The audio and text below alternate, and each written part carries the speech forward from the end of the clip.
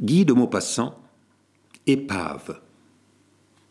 J'aime la mer en décembre, quand les étrangers sont partis. Mais je l'aime sobrement, bien entendu. Je viens de demeurer 3 jours dans ce qu'on appelle une station d'été. Le village, si plein de Parisiennes naguère, si bruyant et si gai, n'a plus que ces pêcheurs qui passent par groupes, marchant lourdement avec leurs grandes bottes marines, le cou enveloppé de laine, portant d'une main un litre d'eau-de-vie, et de l'autre la lanterne du bateau. Les nuages viennent du nord et courent affolés dans un ciel sombre. Le vent souffle. Les vastes filets bruns sont étendus sur le sable, couverts de débris rejetés par la vague, et la plage semble lamentable, car les fines bottines des femmes n'y laissent plus les trous profonds de leurs hauts talons. La mer, grise et froide, avec sa frange d'écume, monte et descend sur cette grève déserte, illimitée et sinistre. Quand le soir vient, tous les pêcheurs arrivent à la même heure. Longtemps, ils tournent autour des grosses barques échouées, pareilles à de lourds poissons morts. Ils mettent dedans leur filet, un pain, un pot de beurre, un verre. Puis ils poussent vers l'eau la masse redressée qui bientôt se balance, ouvre ses ailes brunes et disparaît dans la nuit, avec un petit feu au bout du mât. Des groupes de femmes, restées jusqu'au départ du dernier pêcheur, rentrent dans leur village assoupi et leur voix trouble le lourd silence des rues mornes. Et j'allais rentrer aussi quand j'aperçus un homme.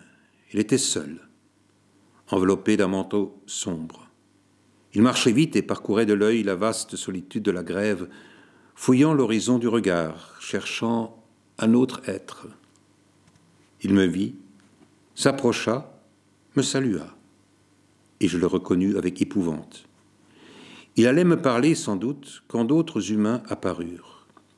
Ils venaient en tas pour avoir moins froid, le père, la mère, 3 filles, le tout roulé dans des pardessus, des imperméables antiques, des châles ne laissant passer que le nez et les yeux. Le père était embobiné dans une couverture de voyage qui lui montait jusque sur la tête.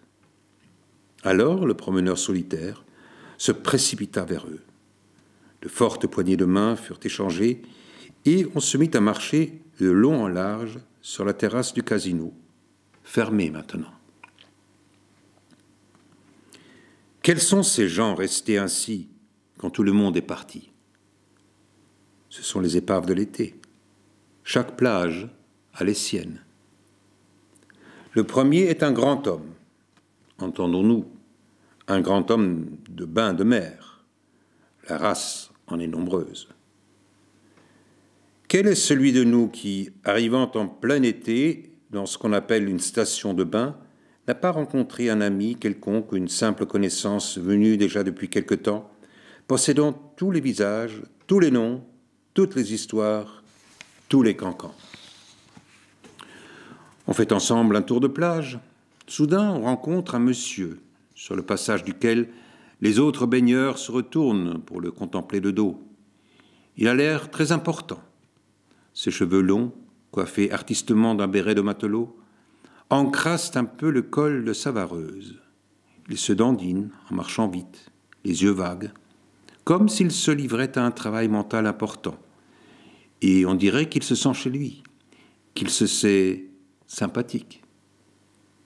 Il pose, enfin. Votre compagnon vous serre le bras. C'est Rivoal. Vous demandez naïvement. Qui ça, Rivoal ? Brusquement, votre ami s'arrête et, vous fixant dans les yeux, indigné, « Ah, ça, mon cher, d'où sortez-vous ? Vous ne connaissez pas Rivoal, le violoniste ?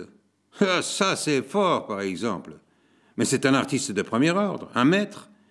Il n'est pas permis de l'ignorer. » On se tait, légèrement humilié. 5 minutes après, c'est un petit être laid comme un singe, obèse, sale, avec des lunettes et un air stupide. Celui-là, c'est Prosper Gloss, le philosophe que l'Europe entière connaît, bavarois ou suisse-allemand naturalisé, Son origine lui permet de parler un français de Maquignon, équivalent à celui dont il s'est servi pour écrire un volume d'inconcevables niaiseries sous le titre de « Mélange ». Vous faites semblant de n'ignorer rien de la vie de ce magot dont jamais vous n'avez entendu le nom.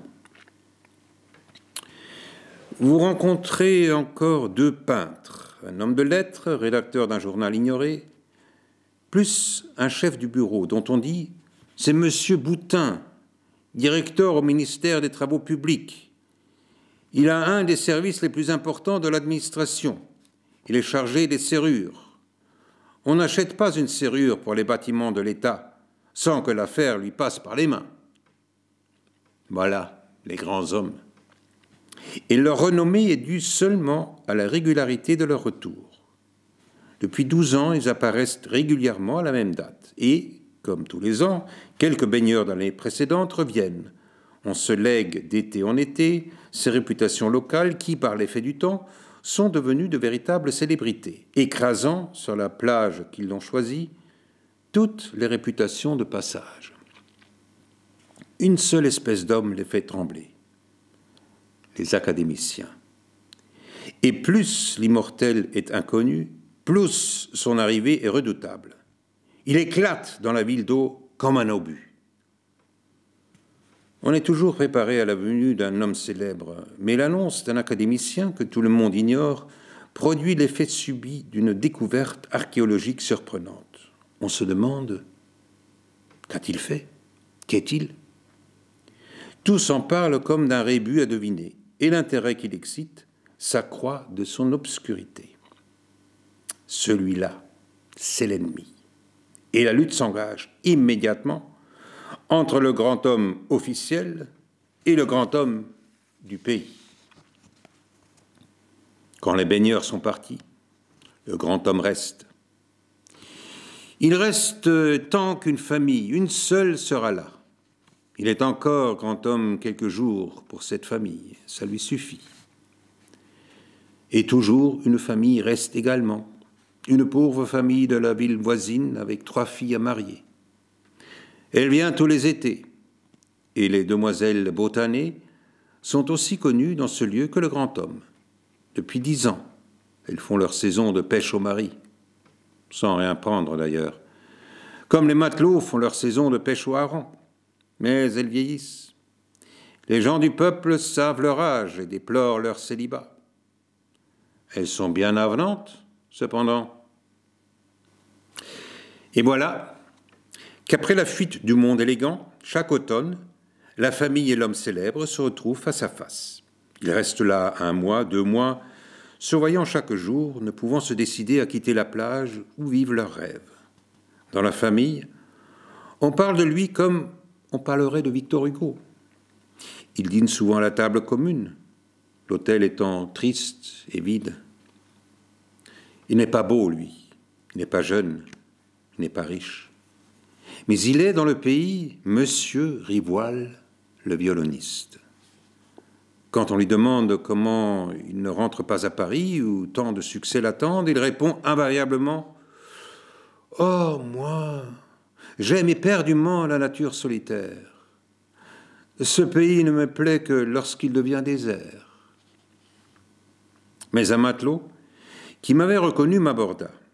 Après m'avoir parlé de la pêche, qui n'allait pas fort, le hareng devenait rare dans les parages, et des terre-neuviens revenus et de la quantité de morue rapportée, il me montra d'un coup d'œil les promeneurs, puis ajouta « Vous savez, monsieur Rivoal va épouser la dernière des demoiselles Botanet. » Il allait seul, en effet, côte à côte avec elle, à quelques pas derrière le tas de la famille. Et j'eus un serrement de cœur, en songeant à ces épaves de la vie, à ces tristes êtres perdus, à ce mariage d'arrière-saison, après le dernier espoir envolé, à ce grand homme en toque, accepté comme rossignol par cette pauvre fille qui, sans lui, aurait été bientôt à la femme ce qu'est le poisson salé au poisson frais. Et chaque année, des unions pareilles ont lieu après la saison finie dans les villes de bains abandonnées. Allez, allez, aux jeunes filles, Cherchez Marie auprès des flots, disait le poète. Ils disparurent dans l'ombre. La lune se levait toute rouge d'abord, puis pâlissant à mesure qu'elle montait dans le ciel, et elle jetait sur l'écume des vagues des lueurs blêmes, éteintes aussitôt qu'allumées. Le bruit monotone du flot engourdissait la pensée, et une tristesse démesurée me venait de la solitude infinie de la terre, de la mer et du ciel. Soudain, des voix jeunes me réveillèrent et deux grandes filles démesurément hautes m'apparurent, immobiles à regarder l'océan. Leurs cheveux, répandus dans le dos, volaient au vent. Et, serrées en des caoutchoucs gris, elles ressemblaient à des poteaux télégraphiques qui auraient eu des crinières. Je reconnus des Anglaises. Car de toutes les épaves, celles-là sont les plus ballottées. À tous les coins du monde, il en échoue, il en traîne dans toutes les villes où le monde a passé.